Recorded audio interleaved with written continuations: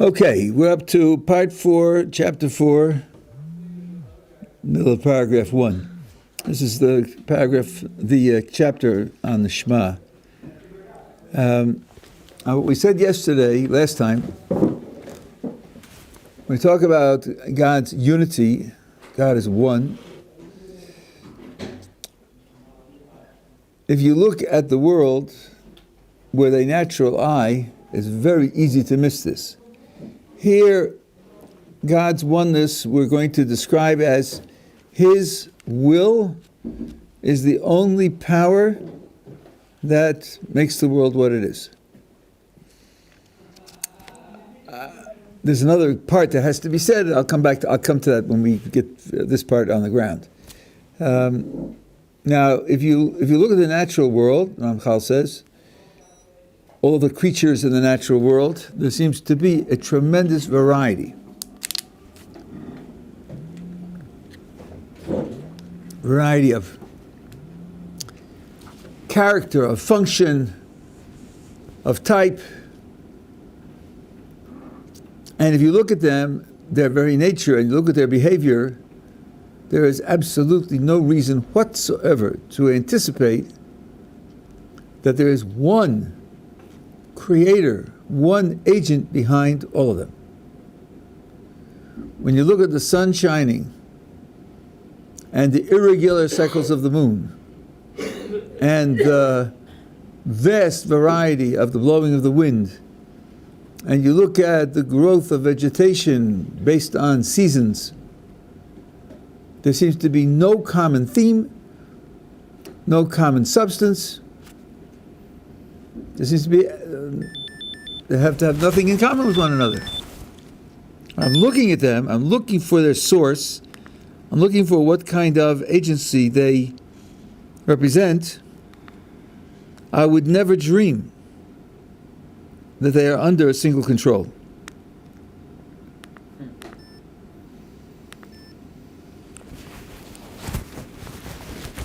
It would be like some creature from outer space walking through New York City. You have buildings, and you have streets, and you have places that produce food, and you have police stations, and you have places that print books. And would you think it was under a single authority? Would you think there was a single type of mind that produced all of them? Why would you think that? Be looking like a beehive and daffodils. Is there anything in common between a beehive and daffodils? Flowers versus insects. So the first step is to say, in spite of the vast differences in appearance, there's one agency behind it. One will, one agent behind it. That's something which you can picture intellectually, even if you don't know the details.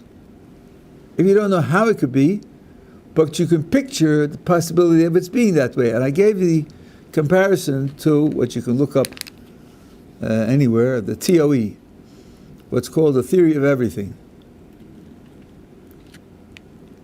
This is, for some anyway, the goal of all scientific endeavor is to get to the theory of everything.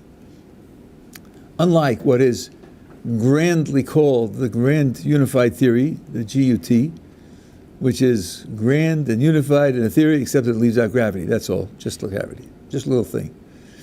So it's unified without gravity. Thanks a lot. No, but the TOE unifies everything. Puts it in gravity. We don't have it. We don't have it.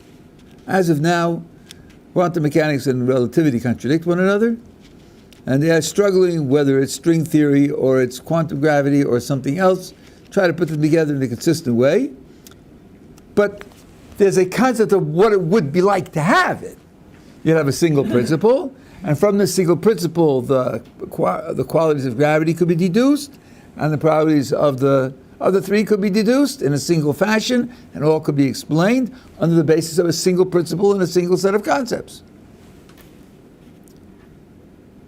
So in the same sense, we could say, we don't see exactly how bees and daffodils are really unified. But we can understand what it would be to be unified. We just don't see it in detail.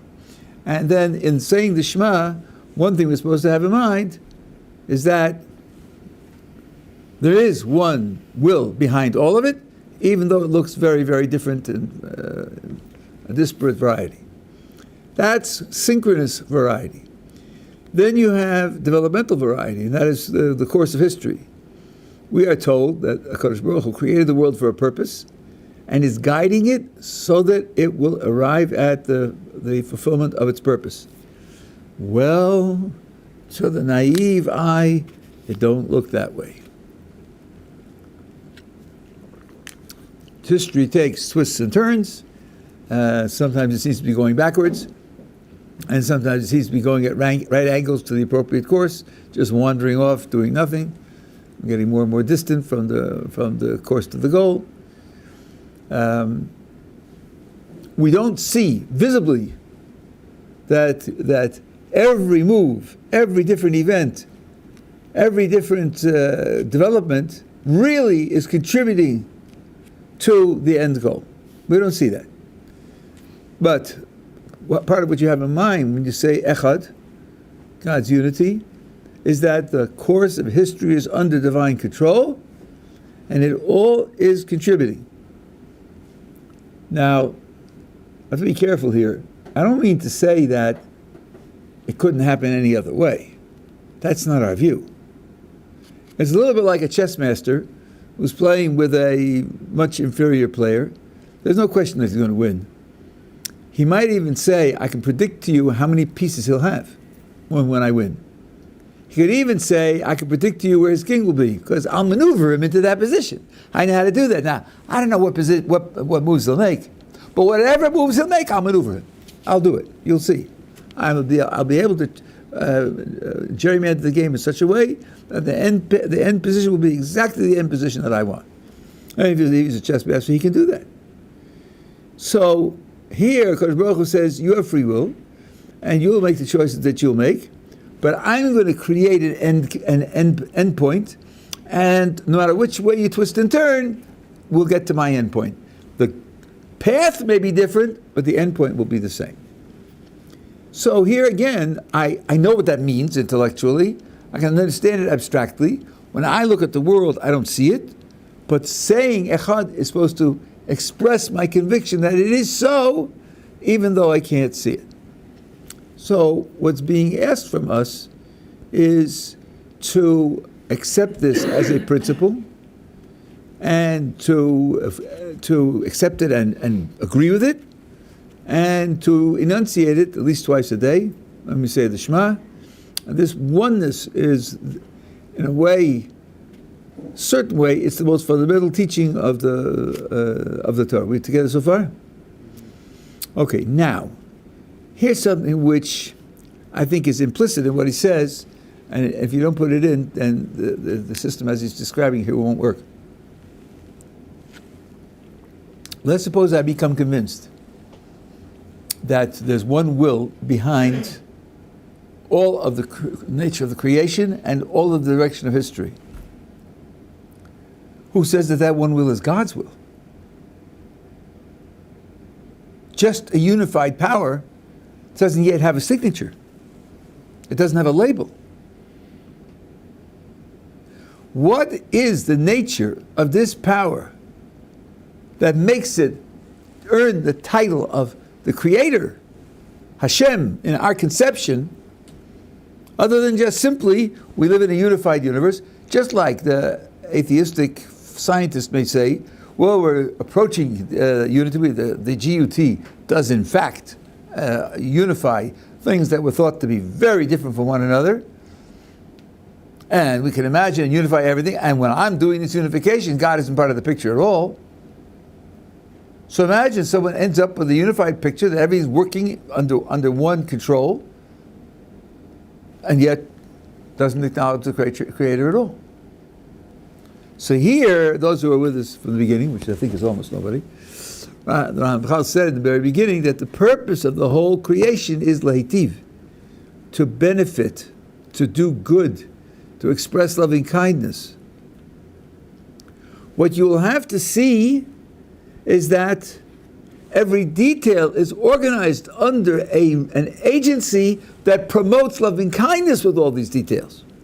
If you don't see the promotion of loving kindness, then you have no way to identify that will that's behind it as God's will. I think the Ramchal is taking into account what he said in the first chapter, that it has God's signature only because of its nature of loving kindness. And in fact, as he says in other Svarim, I told you at the beginning that each Sefer is like a snapshot of a three-dimensional reality. So you're only getting a snapshot from one direction.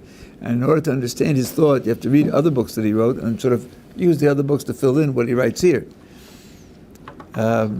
He says that when the Mashiach comes, and the Pasuk says, U'malak ol ha'oretz de'es Hashem, the whole earth will be filled with the knowledge of Hashem.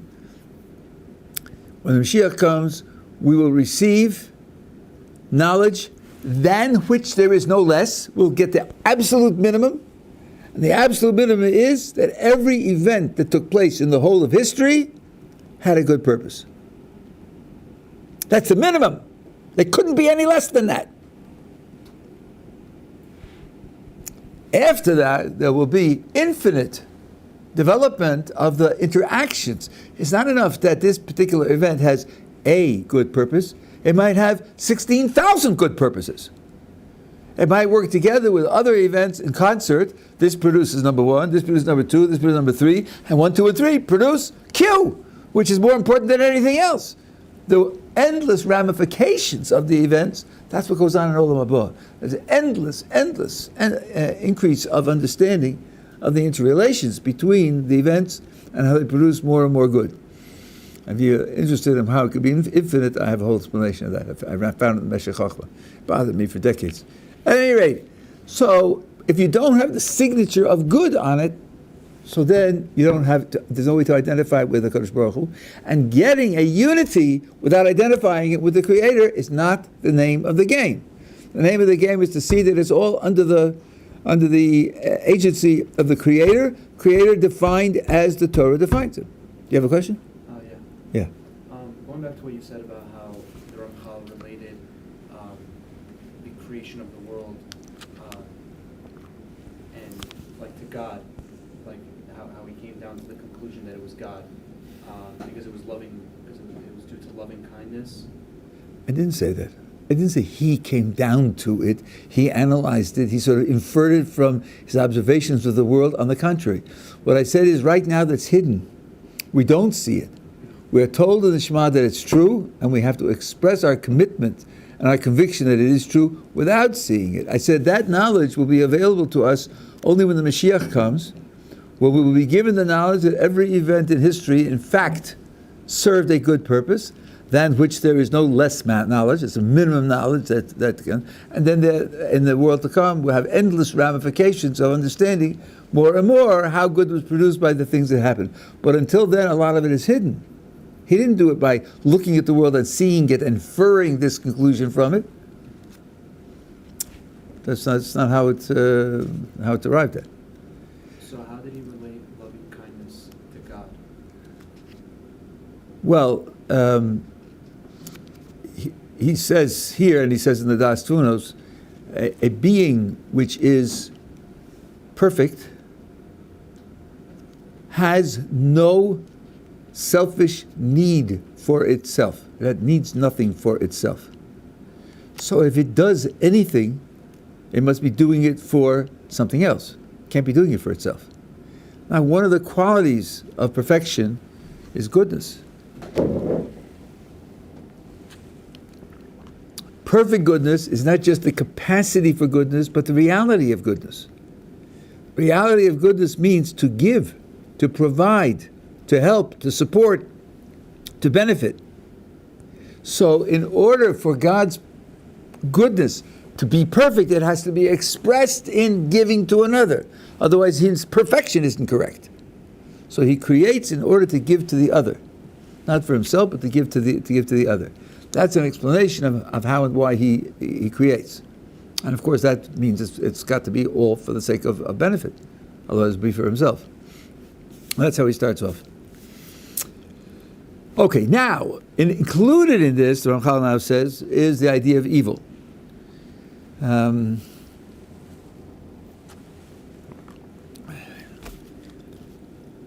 is evil in the world.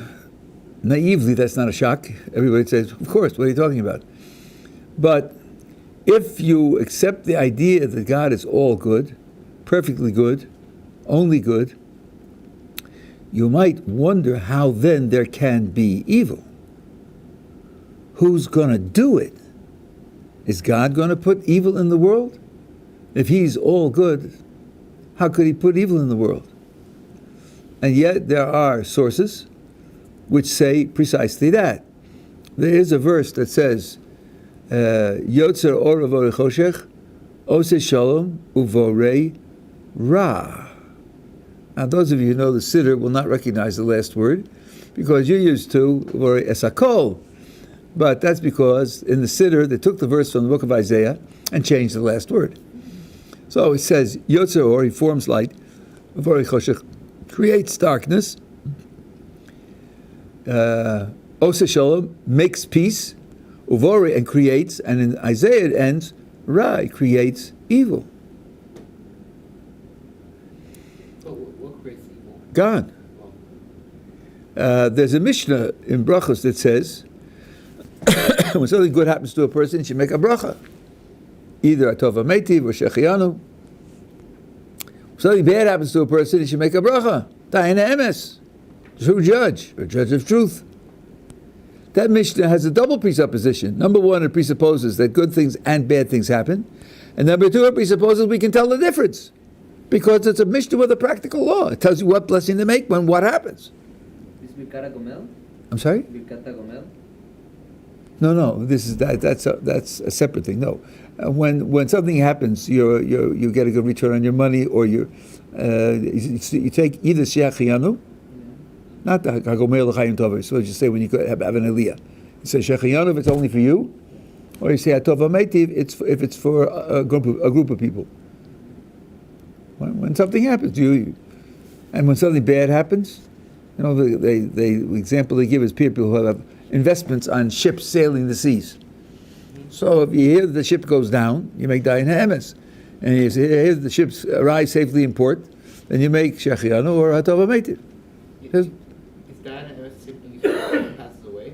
Say again, what? Is Dayan Ha'emes the same thing you say when someone passes away? Yes, that's right. Exactly. It's okay. But people don't say who Hashem refers, right? Say, Of course they do. Dynamics? Of course.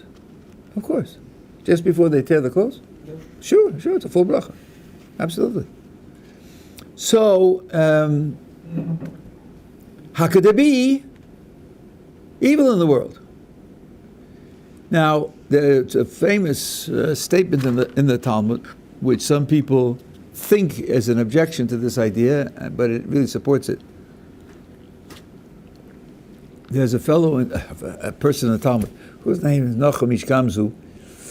Nachum was a person who was a great person. He made a terrible mistake, and because he made a mistake, he cursed himself to be punished in various ways.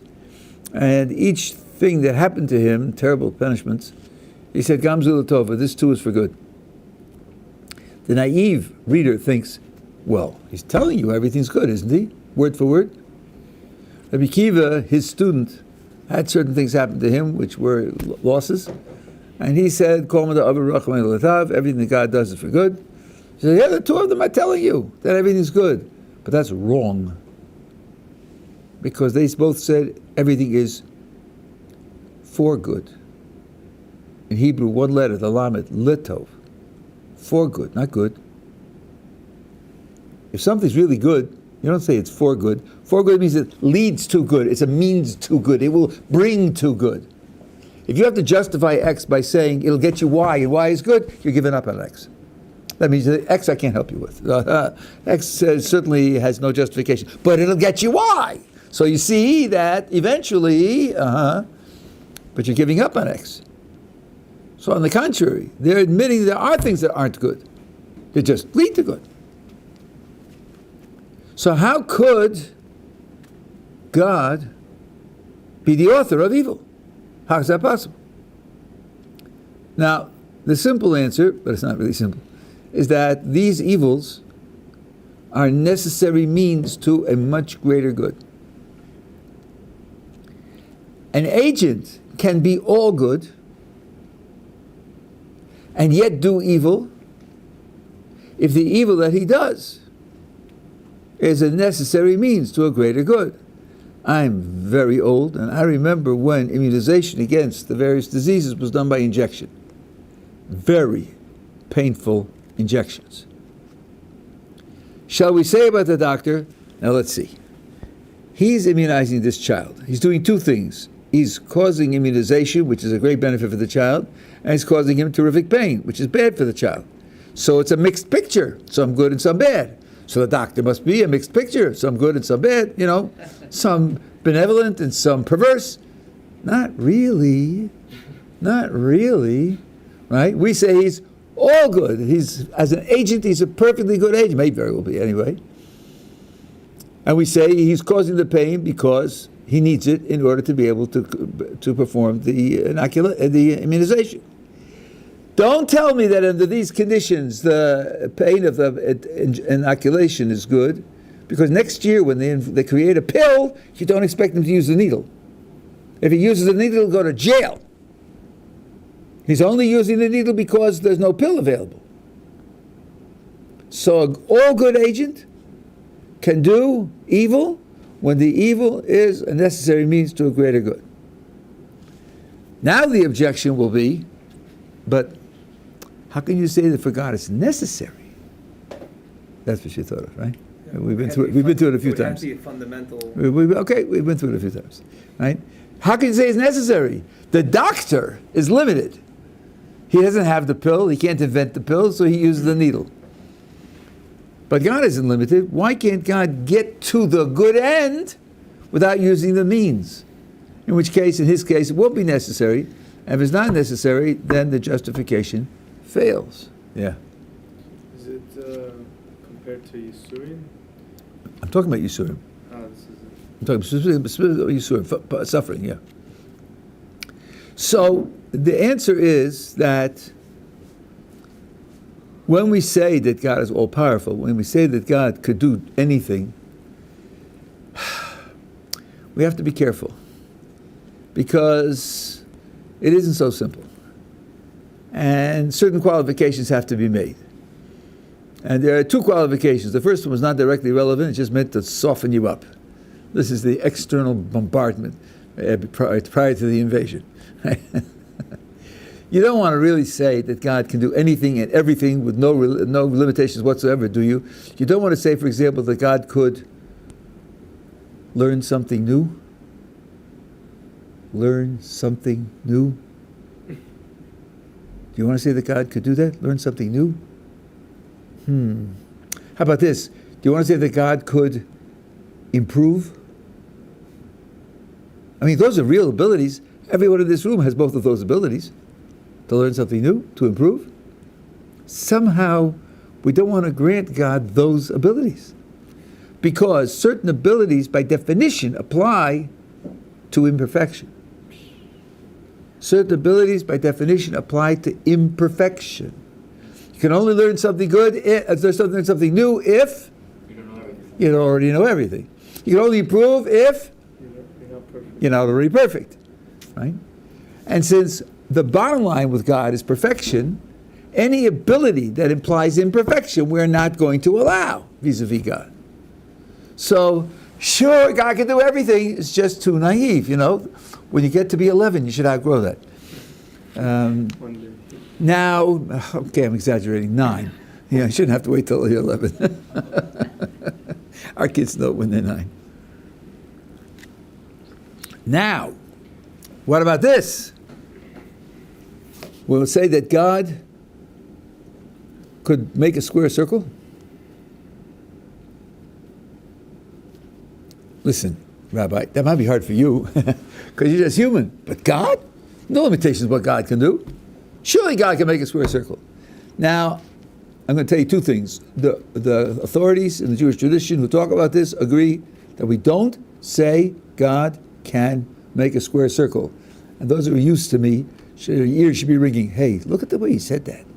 He really used extra words there, didn't he? He said, we don't say he can. Why didn't you just say he can't? That's shorter, and clearer. Yeah, I chose this way of talking for a purpose, as you'll see. We don't say that he can make a square circle. Now, the Rambam and the Malbim and others who talk about it say the impossible has a fixed nature, and that something that has a fixed nature, we don't apply it to God. That's what they say. I don't understand them. I'm a professional philosopher. I don't understand them. I admit. So I can't tell you what they mean. But I can explain in modern terms the truth of the statement, acknowledging that that's not what they meant, and I don't know what they meant. The reason we don't want to say that God can make a square circle is because we'll be talking nonsense. And if you're going to talk, and you're going to describe, and you're going to argue and have logic, you better make sense. The minute we take refuge in nonsense, we better just not to talk. Just admit that you have nothing to say. Square circle. Square circle, those words, when spoken to the normal human being, don't have a meaning. I'll give you an illustration. You're on your way to the mall. A friend calls you and he says, you're going to the mall? Yes. Have you got a spare $25? Yes. Well, could you pick me up something as a favor? Fine. What would you like? Please get me a square circle. What would you say? I don't think so. I think you'd say, what? Get you a what? He said, yeah, you heard me, a square circle. Now, he's a friend. So I think what you'd say is, I'm sorry, I don't get you. You say square circle, I don't know what you're talking about. Where should I go? The pet store? The supermarket? The hobby store? I have no clue what to do. If you can explain yourself in other terms so I can understand you, I'll be happy to help you. But if all you could tell me is square circle, I'll have to beg off because I don't know what you want. The words square circle don't light up in your cranium. They don't communicate anything to you. The reason we don't say that God can make a square circle is because we'd be talking nonsense. It would be no different from saying God can blah. And I hope we're all on the same page. No one's going to say, you're frum, right? Look at the hat you're wearing. You've got to be frum. No one else will wear a hat like that. Right? So if you're frum, you can't deny anything. You got to say God can do anything, even blah. Sure, you can't deny it. Oh, yes, I can. Or I can rather get off the train because blah isn't a word. It's not a concept. It's not a meaning. So if the proposition is, why doesn't God blah? The answer is, sorry, don't know what you're talking about. I don't owe you an answer to that because it's not a question. In order to ask a question, you have to make sense. That's your responsibility. If you make sense, then my responsibility to try to answer. Okay, now, maybe the way the good is defined, the ultimate good that God creates the world for, some evil is part of the description of getting the good of necessity. So that if you ask the proposition, why doesn't God get to the good without the evil, what you're really asking is, why doesn't God make a square circle? And for that we say, sorry, it's not a meaningful question, and therefore I'm not required to try to answer it. There's no it to answer. Now if you analyze in chapter 2 of the Way of God, which this book we're studying, you'll see that some evil is necessary for the sake of arriving at the good that God created the world for. I'll just tell you very briefly what the headline is. I did this in great detail when we did it a couple of months ago, and of course Torah Anytime was doing this wonderful job. I've recorded it, so it's there. You can go back and listen to it. But the good that God created the world for the sake of requires our free will participation. And free will requires conflict of motivation. You're only acting freely if you are drawn to each of two alternatives, and then you decide which to take. If there are various possibilities open to you, but only one excites any motivation whatsoever, all the motivation you have on the side of doing one, then there's no free choice. There's no free will. Choices between good and evil mean there has to be some motivation to do the thing that's evil, and of course motivation to do the good, and a conflict between them. and then you make free choice. So motivation to do evil has to be built into the human being. It's what's called the Yetzer Hara, evil inclination. And as Chazal say very pointedly, "Afil yotzro kro ra," even its creator called it evil. So it's evil. Don't pretend it's a mirage or a mistake. It's real evil. It has to be there, otherwise there's no free will. If there's no free will, there's no perfection of the goal for which the world was created, that good for which it's created. So it's going to be necessary in that sense, even for God. And that's how God can create evil. But, like I quoted from the Gemara, all evil that exists is for the sake of good. So when we come to this minimum knowledge that's provided to us when the Mashiach comes, we have to be able to see that not only the meanderings of history and not only the variety in the creatures of the world and the laws of so-called nature and their interactions, but also the elements that are in the world that are evils in the world, all of them are playing a role in bringing about the good, and in particular for the evils that you couldn't do without them. And that way you have unified the entire creation under a single agency, and that agency is the agency has stamped with God's stamp of chesed, of loving kindness. That's the project, yeah. I was just wondering with the idea that there's no such thing, how do we say that you can only have good, like evil necessitates a good? We have evil when it is a necessary means to good. Right, so does that imply that there cannot be good without evil? Does it imply there cannot be good without evil? Well, the kind of good that God created the world for, now that statement doesn't imply what I said before implies it. The kind of good for which God created the world requires free will. Free will requires motivation to do each of the alternatives between which you choose when you make a free choice. If you're going to choose between good and evil, there has to be motivation to do evil. So, and that motivation to do evil is evil. But it's a necessary evil. So yes, in the way that the type of good, I'm fighting with something else here, the type of good that God chose to create the world for, which is the greatest possible good, as Ramchal says in chapter 2, that type of good requires there to be free will, and free will requires there to be the conflict of motivation, which means you have to have some motivation for evil, and that is an evil which is necessary to achieve that good. There are people who want to detach the idea from this particular definition of good, this particular project, and they want to say, I find this in Ars Forum also, and I can't understand it, they say that a thing is only known, recognized, and appreciated in contrast to its opposite. And taken a certain way, that would mean that there can't be good, it can't have the quality of being good unless it's also evil from which it can be distinguished. I don't understand that. I can't make sense out of that. I have lots of riots against it. So those firms that bring it, I don't know what to say about them. Because I arrived from Ars Forum. Hurry, the world to come is all good. There's no evil in the world to come. According to that principle, that shouldn't be possible.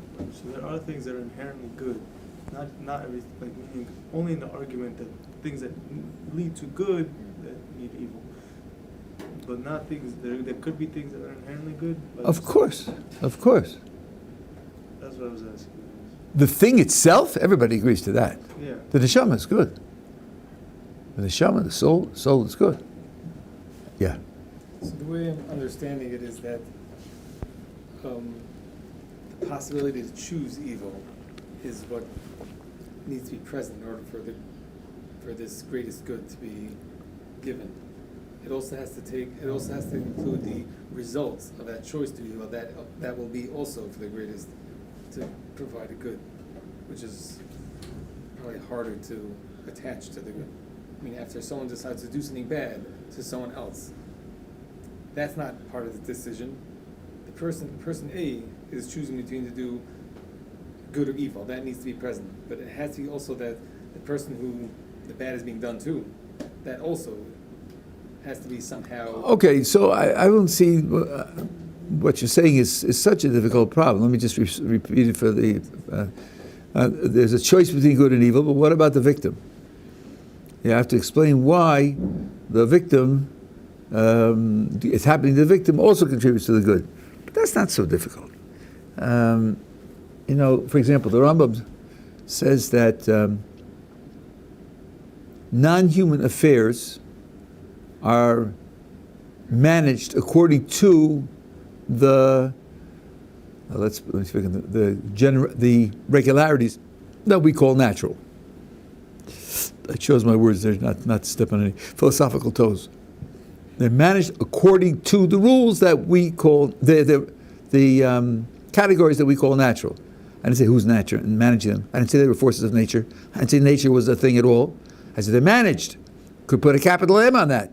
God is managing them according to the categories that we call natural. Okay, so now, the ship goes down because there was a rotten board. And the rotten board gave rise to a hole mid-journey, and it sunk. But who was on the ship? How did they get to the ship? That's not managed according to the categories of nature. That's managed according to individual providence. So, Reuven was on his way to the ship, on a wagon, and the axle broke. Poor Reuven. He missed the ship. And Shimon wasn't going to go on the ship because he had a big business deal to take care of. But the business deal fell through, and he has no business deal keeping him from going. So he decides, okay, since I'm doing the business deal, I'll go on the ship. Why did the business deal fall through? Because Hakadosh Baruch Hu arranged that the other guy got a better deal, right? What happens to people happens on the basis of Hashgacha Pratis. That's the Rambam. Hello, no nature for the people for the Rambam, no such thing. Writing a book on the subject, right? So now, this victim, why was he there? George wants to steal money. He needs money for drugs. He's going to take the first guy that comes past. Well, Reuven was on his way. Oh, he stepped on something, and his whole shoe got wet, and his socks got ruined, and he can't go to the meeting that way. He goes to a clothing store, and he's delayed 20 minutes, and Shimon walks by, and he gets robbed. Because who runs the world? He can arrange who the victim will be. That's so difficult to make these things work out. It reminds me of Rabbi's explanation. I forgot who hands up the steer between the Chivas Vovas and the Orach Chaim. Yeah, okay, we're not going to do that now. Okay, we're not going to do that. But, yeah, that's right. Hakadosh Baruch Hu can manipulate the world. It's an interesting, open philosophical question whether you could set up a set of circumstances where people are intertwined in such a way that somebody has to lose who didn't deserve it. I'm not sure one way or the other, to tell you the truth, whether you can make such a case, you can't make such a case, but it's not obvious. You can't just state it as an objection, that God can't manage it. Okay, so that's that content of I'll take one more point. What's called in the Das Tfunos, this part of this chapter is a summary of a 250-page book called the Das Tfunos. Gilui HaYichud, the revealing of God's oneness. Again, the oneness here is the oneness of the agency that is in control of what happens in the world. Now, the Ramchal makes two philosophical remarks about this. At the beginning of this book, as I've said now today 3 times, he says the purpose of creation is hatava, benefit, to give good, and the good I gave you a very brief description of. Other places he says the purpose of the creation is this process of Gilui HaYichud, revealing the unity of the agency behind the world. Now, when somebody says that A and B are both purposes of the same process, you have to figure out what he means. How come it's A and B? Why 2 different answers? So it could be understood in 2 different ways. What I'm doing now is my contribution as a philosopher. One is to say, well, the process will lead to A, and A will lead to B, and on the way, if you ask where we're going right now, we're going to A. And this process is aimed at getting at A. But of course, A isn't the end of the journey. From A, we're going to get to B. And B is the end of the journey. And that would be perfectly reasonable. Nothing wrong with saying, where are you going? Well, I'm going to A. I am going to A. It's just that after that I'm going to go from A to B. Sometimes A and B are just two different ways of describing the same thing. It's not that one is a means to the other, or one is a halfway station to the other, but they're two different ways of describing the same thing. And the difference between the descriptions is one is self-evident, explains the matter, and the other doesn't. Now I'll give you an example of both, because I think that in this case, it's the latter, more subtle description that's correct. Somebody sees me building a tower. A wooden tower. It's obviously going to take me a couple of weeks. He says to me, why are you doing that? So I'll tell you why. Because you see that hill over there? I want to see over that hill. So I want to have the tower to be able to see over the hill. Okay, building the tower is a means to seeing over the hill. Let's imagine that I finish the tower at 10 p.m. It's nighttime. I can't see over the hill. Don't worry, tomorrow I'll climb the tower and I'll see over the hill. Building the tower is a means to something entirely separate called seeing over the hill. I could see over the hill without the tower. Somebody pick me up in a helicopter. I could see over without it. Building a tower is one thing, seeing over the hill is another thing, and one is a means to the other. Now you see me, second case, building a tower in Reuven's backyard. That's odd. Why would Gottleib be building a tower in Reuven's backyard? So I explained to you, listen, Reuven did me a terrific favor. He really benefited me terrifically. And I happen to know that he wants a tower in his backyard. He's on vacation in the Bahamas. While he's away, I'm making him a surprise. And I'm doing him the favor of building him a tower in his backyard. Okay, now listen carefully. I'm building the tower in order to do him a favor, right? Mm-hmm. But building the tower is doing the favor. When the tower is finished, the favor is finished. Is that a means to something else that will happen tomorrow? It's just that watching me putting the boards together and getting the description building tower leaves open the question, why are you building the tower? And when I give you a second description, building this tower is doing a favor, then you say, okay, I understand now why you're doing it in Reuven's backyard. Otherwise, very peculiar you would be doing it there. I understand what you're doing and why you're doing it. So there are two descriptions for the same thing. And even so, you could say, I'm doing A in order to accomplish B, because B describes the value of it that A doesn't describe. B gives the reason why it should be chosen to be done, whereas the description A doesn't give you that. So when you say you do A in order to accomplish B, you might mean one of two very different things. You might mean that A is a means to B, or you might mean that A and B are identical, and description B explains why you're doing what you're doing. Now, I say, there are two ways to describe the purpose of creation. One is Gilui Yichud, to reveal God's unity, that is to say, to reveal the fact that His will is behind everything that happens in the world.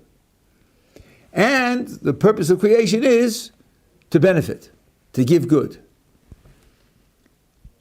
It's not that you reveal God's will behind everything in the world, and then via that, you'll come to achieve something different, separate, afterwards of receiving the good that He wants to give you. It's that revealing His will behind everything that happens is the good that He's giving you. Why is it the good that He's giving you? Because, as I said at the beginning of the hour, revealing that His will means to reveal that it's all chesed, that everything that happened was a benefit. Everything that happened was for the good. What this expresses is God's loving kindness. One way to describe the good that we're going to enjoy in the world to come is an everlasting, ever-increasing love relationship with God. If you've ever been in love, there's reason to think that love is more important, more precious, more valuable, more beautiful than anything else. And of course, it'll vary with whom you're in love and how this love is shared. This expression of God's love for us that we come to understand as love for us is what brings us into the love relationship with Him. And the more revelation of that there is, the more love there is. It is the same process. I think that's why when he says that Gilui Yichud is the purpose of creation, as he says in the Das Tfunos, it doesn't mean that it's a means to. The expression of kindness, the expression of care, the expression of commitment, the expression of love is itself the love relationship. And that's why I think the two are there's two descriptions of the same outcome. Okay, so that's the Ramchal's picture in some terms of what you're doing when you say Shema. When you say Shema, you're articulating intellectually this idea which, when the Mashiach comes, we'll have in concrete, detailed and experiential terms.